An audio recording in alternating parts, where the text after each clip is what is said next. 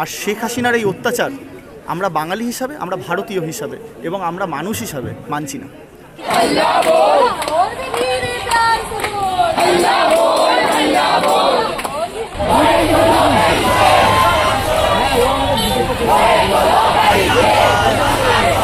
ব্যাপারটা এখন শুধু কোটা কি কোটা নয়, এই জায়গায় থেমে নেই। এই যে 150-র ওপর ছাত্রছাত্রী শহীদ হলেন, প্রকাশ্য রাস্তায় গুলি চালানো হলো, ট্যাঙ্ক নামানো হলো, ক্যাম্পাসগুলোতে পুলিশ ঢুকে রাতের অন্ধকারে ছাত্রদেরকে খুন করলেন।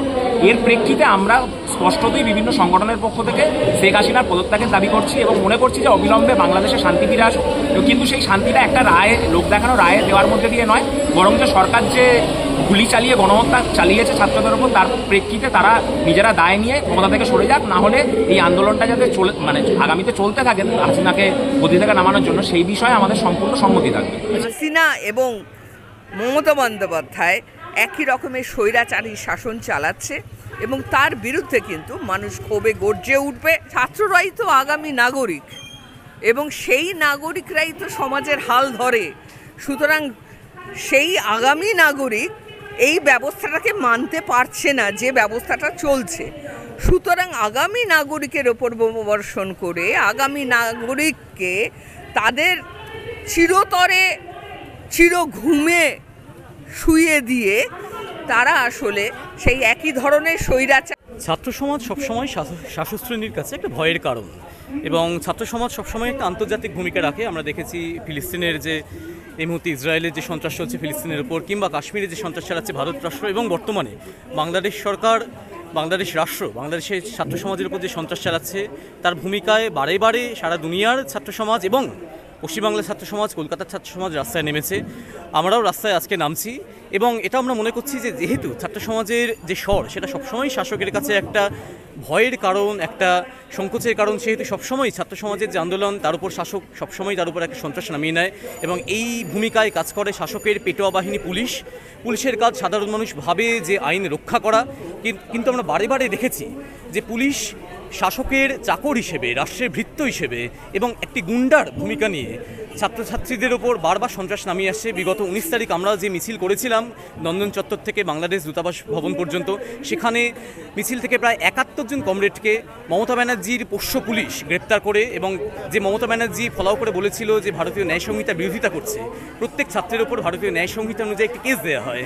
তো মমতা ব্যানার্জির এই যে হিপোক্রেসি এবং পুলিশের এই যে সন্ত্রাসবাদী ক্রীড়, এই রূপে এই রাষ্ট্র ব্যবস্থায় কখনোই ছাত্র সমাজ সুরক্ষিত নয় এবং একমাত্র ছাত্র সমাজ, তার আন্দোলন, শ্রমিক শ্রেণীর আন্দোলন এবং বামপন্থী এবং গণতান্ত্রিক যে সংগঠনগুলি আছে তাদের মিলিত আন্দোলন একমাত্র এই রাষ্ট্র ব্যবস্থার বিরুদ্ধে রুখে দাঁড়াতে পারে। এবং তারই একটি প্রয়াস হিসেবে আজকে আমরা যাদবপুর বিশ্ববিদ্যালয় থেকে বিভিন্ন বামপন্থী গণতান্ত্রিক সংগঠন এবং ব্যক্তিবর্গ একটি মিছিল বার করছি। বিষয়টা হচ্ছে বাংলাদেশে ব্ল্যাকআউটটা কাটেনি, ইন্টারনেট বন্ধ, আমরা কোনো খবর পাচ্ছি না আমাদের ভাইরা, আমাদের বন্ধুরা, কারোর সন্তানরা কেমন আছে। আমাদের এখানে এসপ্ল্যানেড রয়েছে যেখানে প্রতিদিন প্রচুর বাংলাদেশি এসে থাকে, তারা বাড়ি ফিরতে পারছে না, যাতায়াত প্রায় বন্ধ বললেই চলে। আমরা উদ্বিগ্ন হয়ে আছি। কারণ এইখানে পুলিশই গুন্ডার ভূমিকায় আছে আর জনগণ সেই গুন্ডামির প্রতিরোধ করছে। পুলিশের এই গুন্ডামি, সরকারের এই গুন্ডামি এবং আওয়ামী লীগের যে ছাত্র সংগঠন যাদেরকে হেলমেট বাহিনী বলে, তাদের এই যে গুন্ডামি, এই গুন্ডামির প্রতিবাদ করতে আবারও রাস্তায় নামতে হয়েছে। আমরা বারবার নামবো যতদিন না এর এই আওয়ামী লীগের এই অত্যাচার বন্ধ হচ্ছে। তো আমরা তো জনগণ, বাংলাদেশের মানুষও জনগণ, সেই মানুষের সাথে মানুষের যে আত্মিক সম্পর্ক, সেই সম্পর্ক কেউ মেটাতে পারবে না। সেটা ভারতবর্ষ শুধু নয়, গোটা পৃথিবী থেকেই বাংলাদেশের জন্য আওয়াজ হচ্ছে।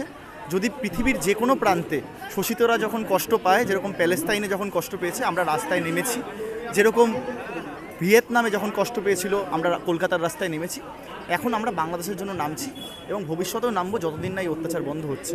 না, ভারতবর্ষের সরকারেরও যে ভূমিকা সেটা বাংলাদেশ সরকারের থেকে কম কিছু না। এর আগে জামিয়া মিলিয়া ইউনিভার্সিটিতে, এর আগে জেএনইউয়ে, এর আগে ভারতবর্ষের তামাম ইউনিভার্সিটিতে যেভাবে আক্রমণ হয়েছে, এই যাদবপুর ইউনিভার্সিটিতে যেভাবে আক্রমণ হয়েছে, সেখানে ছাত্ররা কখনোই সুরক্ষিত নয়।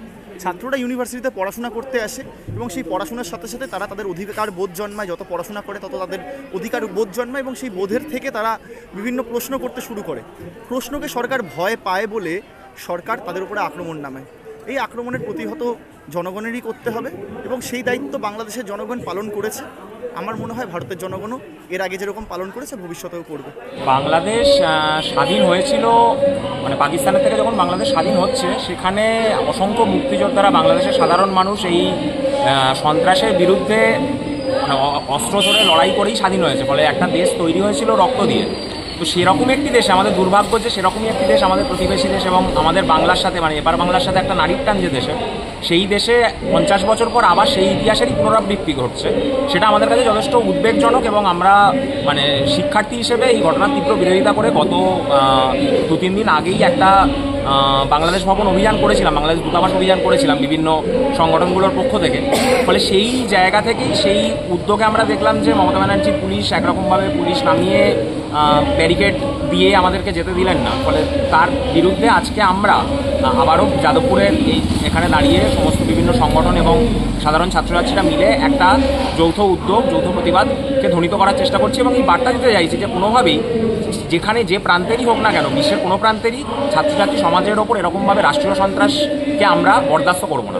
এবং আজকে বাংলাদেশে যে অত্যাচার আরম্ভ হয়েছে, সাধারণ মানুষের ওপর কারফিউ জারি করা হয়েছে, নির্বিশেষে গুলি চলছে, রাবার পেলেটে কতজন চোখ হারিয়েছে, এই জায়গায় দাঁড়িয়ে আমরা রাস্তায় নেমেছিলাম। এবং সেইখানে আমরা অবাক হয়ে দেখলাম যে আমাদের দেশের, আমাদের মাননীয় মুখ্যমন্ত্রী মমতা বন্দ্যোপাধ্যায়, যিনি রীতিমতো বিভিন্ন কন্যাশ্রী, রূপশ্রী দিয়ে মানুষের মধ্যেকার ক্ষোভ আপাতত দমিয়ে রেখে, লক্ষ্মীর ভাণ্ডারে টাকা দিয়ে কারখানাগুলো বন্ধ রেখে মানুষকে যে চরম দুর্দশার মধ্যে দিয়ে পৌঁছে দিচ্ছে, সেইখানে মানুষের ক্ষোভ যখন বেড়ে উঠছে, তার আতঙ্ক হয়ে গেল যে বাংলাদেশের আজকে যে এই ক্ষোভ, তার সমর্থনে যখন ছাত্ররা পথে নামলো।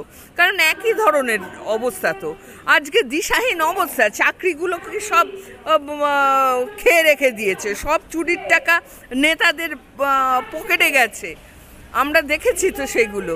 আর সেখানে দাঁড়িয়ে মানুষের এই বিক্ষোভে মমতা ব্যানার্জির আসল আতঙ্ক হলো সেই বাংলাদেশের মুভমেন্ট যেন পশ্চিমবঙ্গে না ছড়ায়, মমতার আজকে এই মুখোশটা যেন খুলে না পড়ে।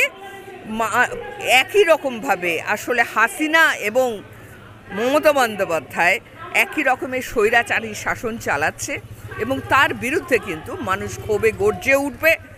আজকে নয় কাল, আজকে একই রকমভাবে হকার উচ্ছেদ হচ্ছে। আজকে যোগী রাজ্যে যেভাবে হকার উচ্ছেদ হচ্ছে বুলডোজার চালিয়ে, আমাদের মমতা সরকারও কিন্তু একইভাবে বুলডোজার চালাচ্ছে সাধারণ খেটে খাওয়া গরিব মানুষের ওপরে। এর বিরুদ্ধে কিন্তু মানুষের বিস্ফোরণ ঘটবে, আর সেদিন কিন্তু এরা সামাল দিতে পারবে না।